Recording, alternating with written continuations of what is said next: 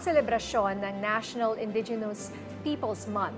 Kasama ang chairperson ng National Commission on Indigenous Peoples or NCIP, BOI Limpayan or Jennifer Pia Sibuglas. Ma'am, magandang tanghali po and welcome sa Bagong Pilipinas ngayon.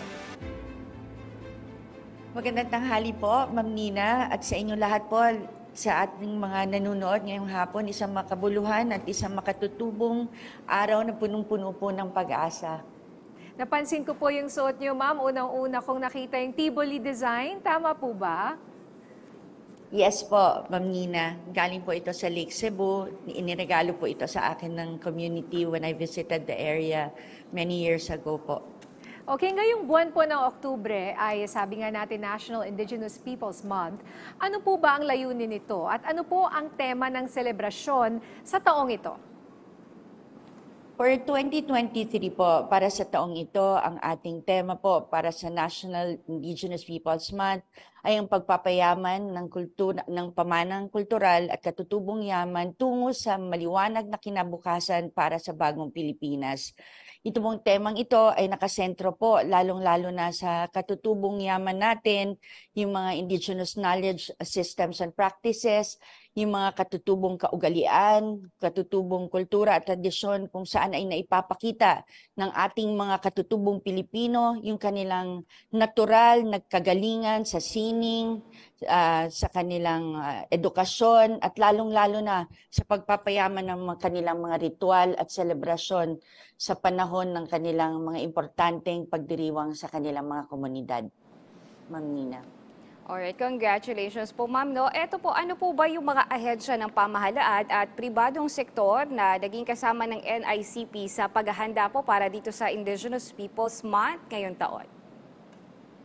Ang Pambansang Komisyon ng Katutubong Pilipino or NCIP po, Ma'am Eunice, ay we always admit that alone we can do little, but together we can do much. So NCIP as a government agency cannot just stand alone in the furtherance or in the performance of its mandate.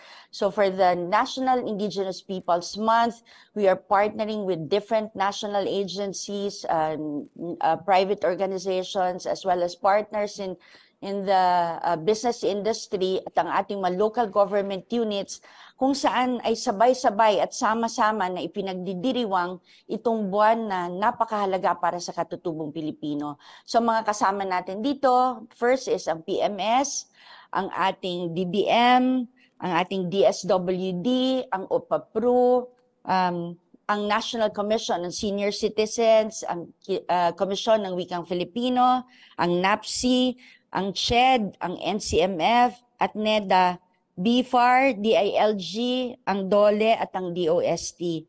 At kanina, nabanggit ko rin po na sa buong Pilipinas, ang ating mga local government units ay nakikiisa po sa pagdiriwang ng buwan ng mga katutubo.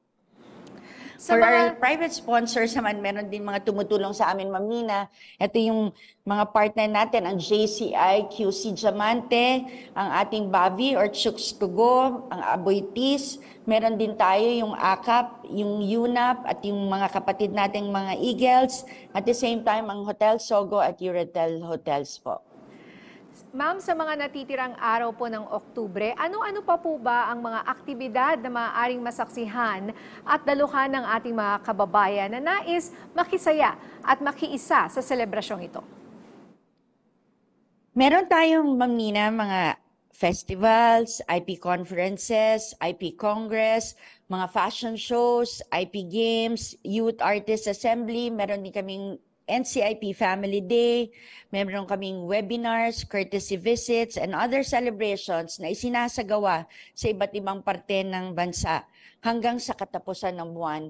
In fact, Ma'am Nina, I just would also like to share to the general public that yesterday, I attended the Indigenous Peoples Day in Kidapawan City, wherein ang ating Honorable Mayor, Attorney Paulo Evangelista, we call him Dato Kaasa, was instrumental in the passage of the Indigenous Peoples Code of the city. It's actually a localized Indigenous Peoples law, no, in Kidapawan City. And this was spearheaded by the Councilor Honorable Dato Panguliman Jason Sibug, who is also my brother. So I congratulate each one of those IP leaders who were really instrumental in the passage of the IP Code of Kidapawan City. So marami pa pong mga activities, Ma'am Nina. Meron pa tayo for October 26. Meron tayong gagawin na reunion ng ating mga commissioners ng NCIP in the past. Meron din tayong gagawing, yun na yung magiging culmination natin. However, we will also have a community visitation sa Benguet. And then meron pa tayong mga susunod na mga Indigenous Peoples Day din sa South Cotabato, in Sarangani, and other several parts of the country. Hindi lamang po talaga, I cannot mention them one by one, but most of the local government units and most of our IP communities all over the Philippines, the 101 IP groups, and more are celebrating this Indigenous Peoples Month, wherein the main thrust really is para ipakilala, galangin, pangalagaan, at itaguyod yung mga karapatan at kapakanan at kagalingan at kultura at tradisyon ng ating mga kapwa katutubo. Ma'am, may simultaneous celebration po ba sa ibang rehiyon o lalawigan ng National Indigenous Peoples Month? At kung meron po, para makadalo yung ating mga kababayan, saang-saang probinsya po ito? Meron po kami, Ma'am Eunice, meron tayo sa Cordillera Administrative Region. We also have in Region 1, Region 2 for the Kalanguya Congress that will happen on October 21, 2023. And it will be hosted by Region 3 sa Nueva Ecija. May mga celebration din tayo sa Ilocos Norte. Bukas po yan sa Ilocos Sur, La Union, Pangasinan, Baguio City, Bulacan, Tarlac, Bataan, Quezon, Bukidnon, Occidental Mindoro, Aurora at Palawan. At meron din po tayo sa South Cotabato, sa Kabangkalan, sa Kalinga, sa Sarangani, as well as sa Davao del Sur din po, Ma'am Eunice. Okay, ma'am, bukod po sa National Indigenous Peoples Month, inyo din pong ipinagdiriwang itong 26th IPRA commemoration. Maaari ninyo po bang ipaliwanag ang layunin at mga detalye ng selebrasyong ito? It's not just the Indigenous Peoples Month that we are celebrating, but it is also the commemoration of the 26th year of the Indigenous Peoples Rights Act. The NCIP, as the head agency and the lead advocate in promoting the rights and welfare of the Indigenous peoples, as well commemorates and remembers the 26th year when the IPRA, or the Indigenous Peoples Rights Act, was born. It was passed into a law. It was really geared towards correcting the historical injustices committed against our Indigenous peoples in the past. So 26 years na po ang IPRA, amin pong ipinagdidiriwang ang naging layunin nito para sa ating mga katutubong Pilipino, at patuloy po ang Pambansang Komisyon ng Katutubong Pilipino para itaguyod, para kilalanin, para igalang at pangalagaan ang ating mga karapatan ng ating mga katutubong Pilipino sa pamamagitan po ng isang batas na ibinigay po ng ating pamahalaan para po pangalagaan sila. Alright, ma'am. Ito po, itong mga karapatan na Indigenous people, ano-ano po yung mga nais nating bigyan ng prioridad, especially ngayon pong taon na ito? Well, the mandate of the National Commission on Indigenous Peoples is very clear. Meron tayong 4 bundles of rights yan, Ma'am Nina and Ma'am Eunice. First is our rights to our ancestral domains and our ancestral lands. 2 is ating right to self-governance and empowerment. 3, yung sinasabi nating rights to social justice and human rights. 4 is yung rights to cultural integrity natin. So, hindi naman po na iiba yung mandato po ng NCIP. Lahat po itong mga karapatan at kapakanan ng ating mga katutubong Pilipino na nakasentro rin po sa ating 36 specific rights ay nakalatid po sa ating Batas IPRA. At ngayon po, several years na po namin ina-advocate din po yung nakatutok at nakafocus na rights ng ating mga katutubong Pilipino dyan sa sinasabi nating 11 building blocks, kung saan ang ating mga communities ay magiging resilient, magiging relevant and responsive sa kanilang mga kanya-kanyang pamayanan. Alright, ito naman ma'am, paano po natin pinagyayaman ng NCIP in particular, ito pong kultura at syempre po yung yaman ng indigenous communities?